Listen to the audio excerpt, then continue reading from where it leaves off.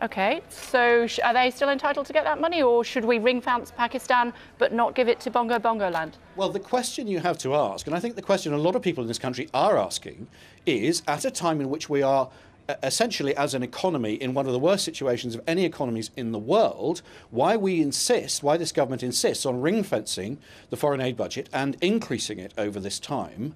You know, we have been told, for instance, by the Indian government that we may as well stop giving them foreign aid because they're actually not in need of it.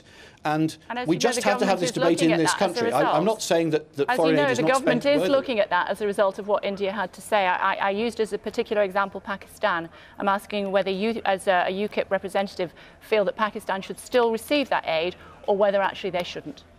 Well, I think there needs to be a debate in this country about the amount of foreign aid we are giving out to... You said it was a long overdue debate. We're debating it now. You have 120 million people around the world to talk to. Please tell them whether Pakistan should receive that aid or not. I think that we should be scaling back our foreign aid in this country from, for the time being. We should be saying to countries around the world that are in receipt of our foreign aid, we're going to take a very hard look at what we're spending. We may, for the time being, need to curtail it or scale it back dramatically rather than increasing it. So just to clarify, should Pakistan receive aid or not? It is possible that Pakistan may need aid in humanitarian terms. We have never been against humanitarian or disaster aid.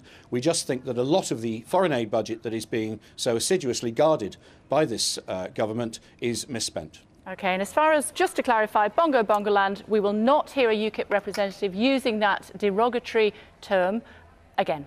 No. Thank you for joining us here on Sky News this afternoon. We very much appreciate it. Thank you.